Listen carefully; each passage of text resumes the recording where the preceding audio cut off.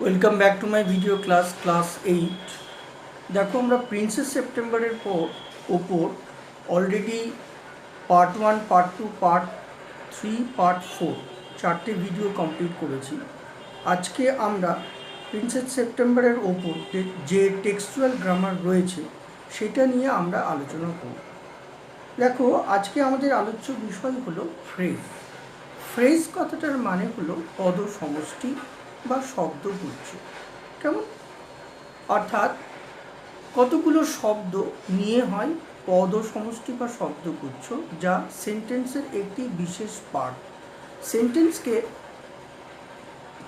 Full meaning বা complete sense দিতে বা সেন্টেন্সকে সমৃদ্ধ করতে আমরা এই ফ্রেজের ব্যবহার করি। আমরা ফ্রেজকে 5টি ভাগে ভাগ করেছি। সেগুলো কি কি? Number 1 noun phrase, number 2 adjective phrase, number 3 adverbial phrase, number 4 prepositional phrase, number 5 verb phrase. Okay, দেখো এখানে যে আলোচনাগুলো করা হয়েছে টেক্সটে, আমি সেটা নিয়ে তোমাদের সঙ্গে এখন আলোচনা করব। যেমন ধরো অ্যাক্টিভিটি 8-এর এ, আমরা অ্যাক্টিভিটি 8-এর এ দিয়ে আমরা দেখাই। তারপর কি বলেছে এখানে? Humpty Dumpty sat on a wall. তার প্রথম সেন্টেন্স হচ্ছে হামটি ডামটি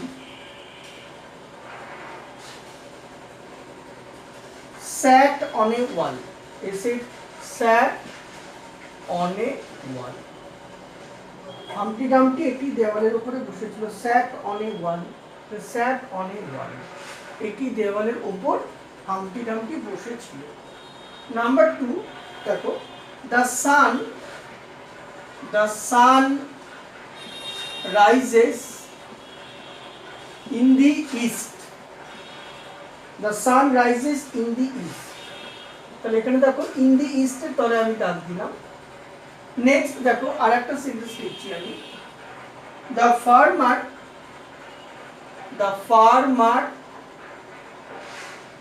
lived. কৃষকটি বসবাস করত। The farmer lived in a house made of straw. অর্থাৎ কৃষকটি একটি খড়ের তৈরি বাড়িতে বসবাস করত। তাহলে মেড অফ স্ট্র। ওকে, তাহলে দেখো এখানে কি বলেছে? এই যে গ্রুপ অফ ওয়ার্ডস, আমরা আন্ডারলাইন ওয়ার্ডগুলো দিকে তাকাও। On a wall, in the east, made of straw, এই যে আন্ডারলাইন কথাগুলো, এগুলোই হচ্ছে পদ সমষ্টি। ওকে, অন এ ওয়াল মানে দেওয়ালের ওপর। কেমন? তাহলে group of words that gives a sense but not gives a full sense or complete sense is called a phrase. আর এক্ষেত্রে দেখো on a wall, তাহলে on a wall, তারপর এখানে একটা প্রিপোজিশন ব্যবহার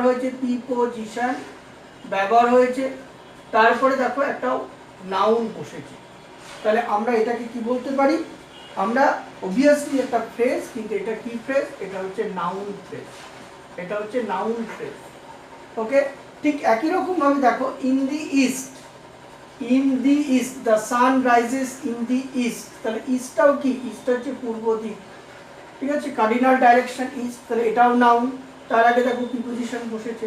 তাহলে আমরা নাউনের আগে প্রিপোজিশন বসিয়ে আমরা কি করতে পারি? নাউন ফ্রেজ করতে পারি। দেখো এটাও কিন্তু একটা নাউন ফ্রেজ। আবার দেখো পরেরটা, the farmer lived in a house made of straw. তাহলে মেড অফ স্ট্র মানে খড়ের তৈরি। তবে the farmer lived in a house, কৃষকটি বসবাস করতে একটি বাড়িতে খড়ের তৈরি। তাহলে বাড়িটা কি ছিল? খড়ের ছাউনি দিয়ে তৈরি ছিল। তাহলে মেড অফ স্ট্র। তাহলে এখানে দেখো মেড অফ স্ট্র, তাহলে স্ট্রটা হচ্ছে নাউন, আর মেড অফ স্ট্র আর কি এখানে দেখো প্রিপোজিশন অফ আছে। তাহলে এটাও কিন্তু নাউন ফ্রেজের মধ্যেই পড়বে। বোঝা গেল? ঠিক আছে, আমরা কি করতে পারি? এভাবে কি করতে পারি? নাউন ফ্রেজ করতে পারি। কেমন? আবার দেখো আমি বললাম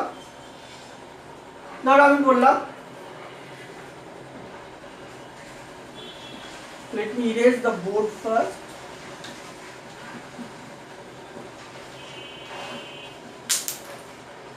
ধরো আমি বললাম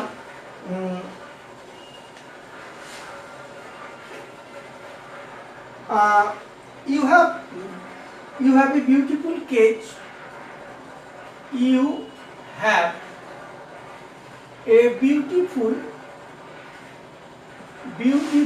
cage, ঠিক আছে, made of gold. তাহলে made of gold, তাহলে তোমার সোনার তৈরি একটি সুন্দর কেজ আছে, তাহলে মেড অফ গোল্ড, তাহলে মেড অফ গোল্ড, তাহলে এটাও কি মেড অফ গোল্ড, গোল্ড যেহেতু কি নাউন, তাই মেড অফ গোল্ড কথাটা হচ্ছে নাউন ফ্রেজ। এটাকে যদি শর্ট করে লেখা যায় কি হবে, you have a beautiful golden cage. তাহলে এটাকে শর্ট করে লিখলে কি হবে, যদি আমরা লিখি তাহলে কি হবে, you have a beautiful golden cage. তাহলে মেড অফ গোল্ড, এটাকে আমরা লিখলাম গোল্ডেন কেজ। কেমন? তাহলে এখানে দেখো কি করতে কথাটা বলছে, in the sentence a group of coloured words. আমরা এই যে সেন্টেন্সগুলো দেখছি, ঠিক আছে, এগুলো হচ্ছে কি, হ্যাঁ, এখানে কি সাবজেক্ট বা প্রেডিকেট নেই, ঠিক আছে, এবং কি করছে, it does the work of an adjective, এবং আর কি they don't have a finite verb. তাহলে এখানে দেখো এই যে ফ্রেজগুলো নিয়ে যদি আমরা আলোচনা করি, অর্থাৎ এই ফ্রেজগুলো নিয়ে আলোচনা করলে কি হবে, আমরা দেখব কি নেই এদের মধ্যে, they does not work of an adjective, অর্থাৎ they do not work of an adjective, তারা অ্যাডজেক্টিভের মতো কি কাজ করে না। ওকে, তারপরে কি বলতে পারি, they don't have subject or predicate, তাহলে they don't have subject or predicate, subject and predicate, এবং দেখো they don't have a finite verb, এবং কি, এবং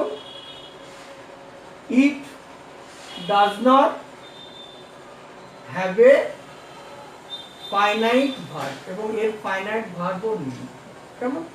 সেই জন্য কি করছি, সেই জন্য শব্দগুচ্ছকে আমরা কি করছি, ফ্রেজ বলছি, ঠিক আছে। তাহলে বোঝা গেল। আর নেক্সট দেখো, এবার এটা আমরা কি বোঝালাম, নাউন ফ্রেজ নিয়ে ডিসকাস করলাম। এবার আমি পরেরটায় চলে আসি, পরেরটা আমি তোমাদেরকে দেখাবো কি করে অ্যাডজেক্টিভ ফ্রেজ হয়। দেখো ভালো করে খেয়াল করো,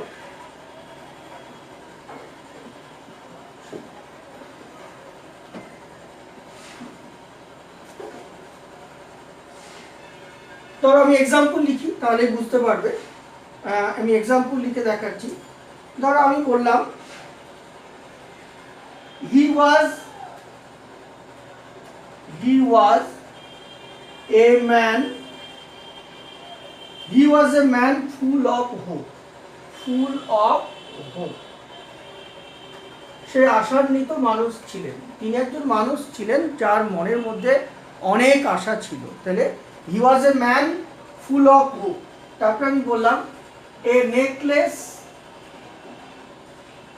necklace of great value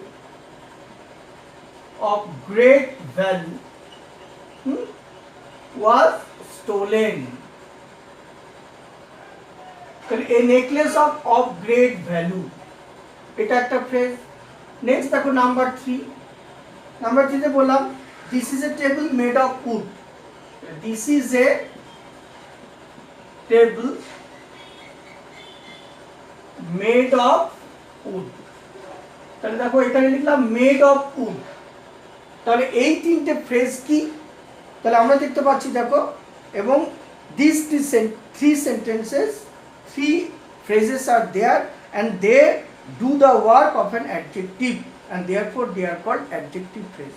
এখানে দেখো he was a man full of hope, তাহলে প্রথম সেন্টেন্সে দেখো ফুল অফ হোপ কথাটা আমরা পেলাম, অর্থাৎ ফুল অফ হোপ মানে আশা। তাহলে এখানে কি হচ্ছে, মানুষটা আশান্বিত বা মানুষটি বুক ভরা আশা নিয়েছিল। তাহলে এখানে হোপটা এখানে অ্যাডজেক্টিভ হিসাবে কাজ করছে, তাই এটাকে আমরা অ্যাডজেক্টিভ কি করছি, ফ্রেজ বলছি। তারপর পরেরটাও তাই, এখানে বলেছে অফ গ্রেট ভ্যালু বলেছে, অফ গ্রেট ভ্যালু। তাহলে এখানে ভ্যালুটাও কি অ্যাডজেক্টিভ হিসেবে কাজ করছে, তাই এটাও একটা অ্যাডজেক্টিভ ফ্রেজ। নাম্বার 3 দেখো, this is a table made of wood. তাহলে ইয়া হয় একটি টেবিল কাঠের তৈরি, তাহলে টেবিলটি কি কাঠের তৈরি, তাহলে this is a wooden table, this is a wooden table, তাই জন্য এখানে made of wood, made of wood এই কথাটা কিন্তু কি, এটাও কিন্তু উডটা এখানে যদিও নাউন কিন্তু কাঠের তৈরি অর্থে এটা, সেই জন্য অ্যাডজেক্টিভ ফ্রেজ। তাহলে এটাকে আমরা অ্যাডজেক্টিভ ফ্রেজ হিসেবে বলি। বুঝে গেল? তাহলে এক্ষেত্রে আমরা দেখতে পাচ্ছি কি, এই যে তিনটে সেন্টেন্স দেখলাম, এখানেও দেখলাম ইট ডাজ দ্য ওয়ার্ক, ঠিক আছে, আমরা কি দেখছি, ইট ডাজ দ্য ওয়ার্ক মানে অফ অ্যান অ্যাডজেক্টিভ, কিন্তু don't have subject and predicate and it does not have a finite verb. তাহলে এখানে মূল ক্রিয়াপদও নেই, সাবজেক্ট এবং প্রেডিকেটও নেই, আবার এটা অ্যাডজেক্টিভের মতো কাজ করছে, তাই আমরা তাকে ফ্রেজগুলোকে বা এই পদসমষ্টি বা শব্দগুলোকে বা এই শব্দগুচ্ছকে আমরা অ্যাডজেক্টিভ ফ্রেজ বলছি। বোঝা গেল? এরপরে পরেরটা দেখো, অ্যাডভার্বিয়াল ফ্রেজ। দেখো পরের এক্সাম্পল লিখে দেখাচ্ছি আমি।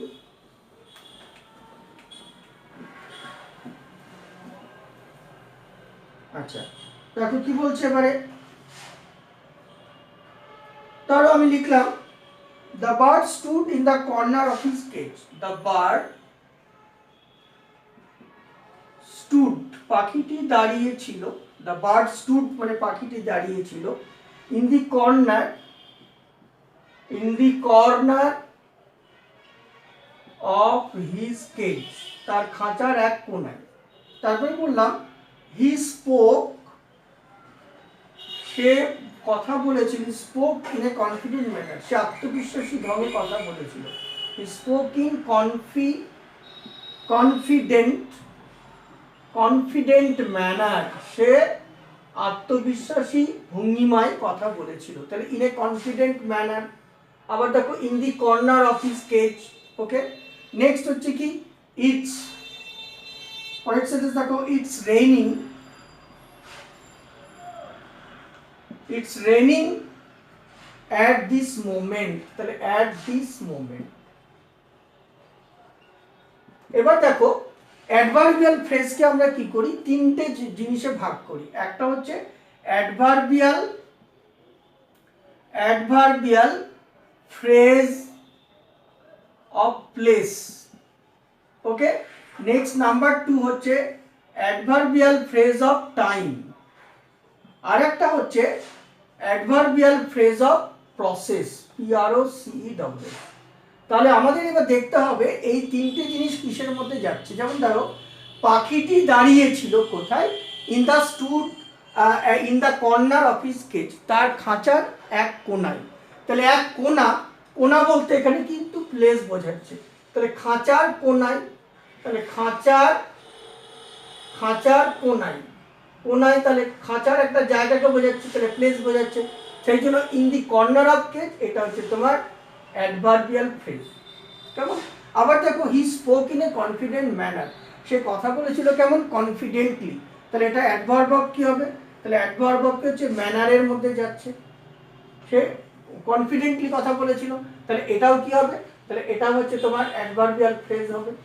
আবার দেখো it is raining at this moment, এই মুহূর্তে বৃষ্টি হচ্ছে, তাহলে অ্যাট দিস মোমেন্ট বলতে এটা টাইমকে বোঝাচ্ছে, সময়কে নির্ণয় করছে, এই মুহূর্তে বৃষ্টি হচ্ছে, সুতরাং it is raining or it's raining at this moment, তাহলে অ্যাট দিস মোমেন্ট কথাটা কিন্তু অ্যাডভার্বিয়াল ফ্রেজ অফ টাইমে যাচ্ছে, তাহলে এটা হচ্ছে অ্যাডভার্বিয়াল ফ্রেজ অফ টাইম। তাই এই তিনটে সেন্টেন্সকে আমরা কি বলবো, এই তিনটে সেন্টেন্সের আন্ডারলাইন পোর্শনগুলোকে আমরা অ্যাডভার্বিয়াল ফ্রেজ বলবো। বোঝা গেল? তাহলে the group of words that you have underline do not, বা that we have underline do not work of an adverb, do not have a subject or a predicate, and do not contain a finite verb. Such group of words are called adverb phrases. কারণ adverb phrase কেন আমি বারবার বলছি, দেখো প্রথম সেন্টেন্সটা in the corner of his cage, এটা প্লেসকে নির্দেশ করছে, তাই অ্যাডভার্বিয়াল ফ্রেজ অফ প্লেসের যাবে। নেক্সট হচ্ছে হি স্পোক ইন কনফিডেন্ট ম্যানার, তাহলে অ্যাডভার্বিয়াল ফ্রেজ অফ ম্যানারে যাচ্ছে, কারণ সে আত্মবিশ্বাসী বা আত্মবিশ্বাসের ঢঙে কথা বলেছিল। অ্যান্ড নেক্সট হচ্ছে it is raining at this moment, তাহলে অ্যাট দিস মোমেন্ট হচ্ছে এটা টাইমকে বোঝাচ্ছে, তাহলে অ্যাডভার্বিয়াল ফ্রেজ অফ টাইমে যাচ্ছে। এভাবে আমরা কি করব, ঠিক আছে, অ্যাডভার্বিয়াল আর কি ফ্রেজগুলো করব, ঠিক আছে। তাহলে নেক্সট দেখো তারপরে কি বলছে, আচ্ছা এবার দেখো কতগুলো এক্সারসাইজ দিয়েছে, তাহলে এক্সারসাইজ দিচ্ছে, সেই এক্সারসাইজগুলো তোমাদের আমি করে দেখাচ্ছি। কতগুলো এক্সারসাইজ দিয়েছে আমি সেই এক্সারসাইজগুলো তোমাদের সলভ করে দেখাচ্ছি, কেমন। তাহলে প্রথমে দেখো কি বলেছে এখানে, অ্যাক্টিভিটি 8 এর বি, 8 এর ডি, সরি অ্যাক্টিভিটি 8 এর ডি তে কি বলেছে দেখো, travelling by train, travelling by train অর্থাৎ ট্রেনে করে ভ্রমণ, travelling by train gives me great pleasure। তাহলে travelling by train gives me great pleasure, তাহলে ট্রাভেলিং বাই ট্রেন, ঠিক আছে। তাহলে ট্রেন দেখো এটা নাউন, তার আগে এখানে কি হচ্ছে পার্টিসিপল বসেছে, ট্রাভেলিং এটা পার্টিসিপল অর্থাৎ পার্টিসিপল, তাহলে পার্টিসিপলের পরে একটা প্রিপোজিশন বসেছে, তারপরে নাউন বসেছে, তাহলে participle plus preposition plus noun দিয়ে আমরা কি করি, নাউন ফ্রেজ করি। তাহলে ভালো করে খেয়াল করবে, অর্থাৎ participle plus preposition plus noun, এই ফর্মুলা অ্যাপ্লাই করে আমরা যে ফ্রেজ তৈরি করি তাকে আমরা কি বলি, নাউন ফ্রেজ। তাহলে নাউন ফ্রেজ, তাহলে অবভিয়াসলি এটা নাউন ফ্রেজে যাবে। নাম্বার 2 তে বলেছে দেখো, the child refuse to answer my question, ঠিক আছে, দ্য চাইল্ড রিফিউজ, তারপরে দেখো ইনফিনিটিভ টু আছে, টু আনসার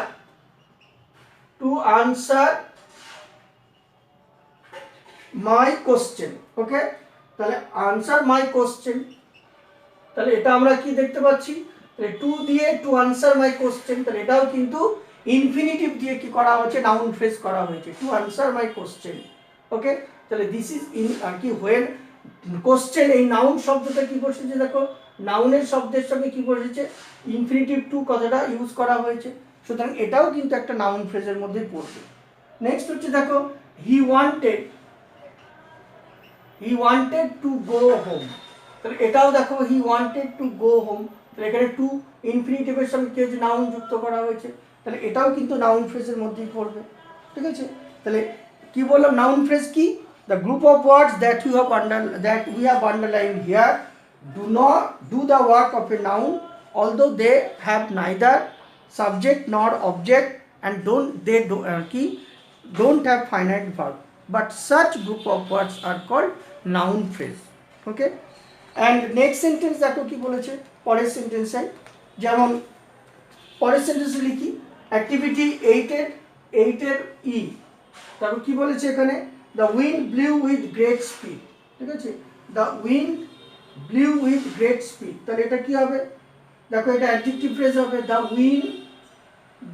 wind blew মানে বাতাসটা উড়েছিল উত্তম মানে ভীষণ গতির সঙ্গে, তাহলে with great speed, তাহলে কেমন গতির সঙ্গে, তাহলে উইথ গ্রেট স্পিডটা হচ্ছে কি, এটা হচ্ছে তোমার adjective clause, adjective phrase, sorry এটা হলো অ্যাডজেক্টিভ ফ্রেজ।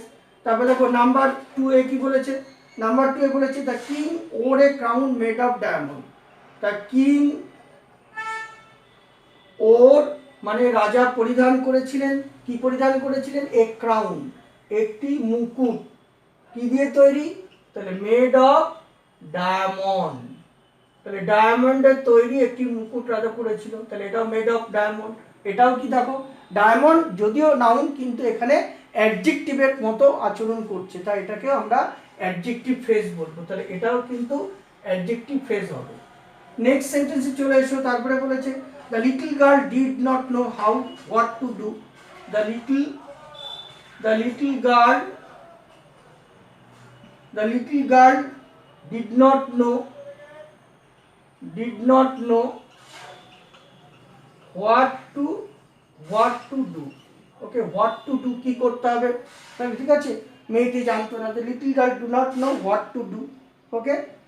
নেক্সট হচ্ছে দেখো হোয়াট টু ডু কি করতে হবে, this is also adjective phrase, next কি বলেছে তার 4 নম্বরে, she is a lady, she is a lady of great patience, PATIENC, অর্থাৎ সে খুব সহিষ্ণু মহিলা। She is a lady of great patience, তাহলে অফ গ্রেট পেশেন্স, তাহলে এটাও কি, এটা হচ্ছে অ্যাডজেক্টিভ ফ্রেজ, অ্যাডজেক্টিভ ফ্রেজ। কেমন? তাহলে তোমাদের টেক্সচুয়াল গ্রামারে এখানে শুধুমাত্র কি নাউন ফ্রেজ, অ্যাডজেক্টিভ ফ্রেজ এবং অ্যাডভার্বিয়াল ফ্রেজ নিয়ে আলোচনা করা হয়েছে। এই হচ্ছে ফ্রেজের আলোচনা। কেমন? আর বাকি দুটো প্রিপোজিশনাল ফ্রেজ এবং ভার্বাল ফ্রেজ এটা এখানে আলোচনা করা হয়নি, হয়তো পরের ক্লাসে আলোচনা হবে, তখন তোমরা জানতে পারবে। কেমন? তাহলে আজকে আমাদের ক্লাস এই পর্যন্তই। তোমরা মন দিয়ে ভিডিওটা দেখবে এবং টেক্সট বুকে যে এক্সারসাইজ আছে 8A, 8B, 8C, 8D এবং 8E সেগুলো প্র্যাকটিস করবে। অলরেডি আমি এখানে বোর্ডে সলভ করে দিলাম, তোমরা ভিডিওটা বারবার শুনবে, তারপরে তোমরা প্র্যাকটিস করবে। ওকে, সবাই ভালো থেকো, সুস্থ থেকো, বাড়িতে থেকো। তোমাদের অনেক অনেক ধন্যবাদ।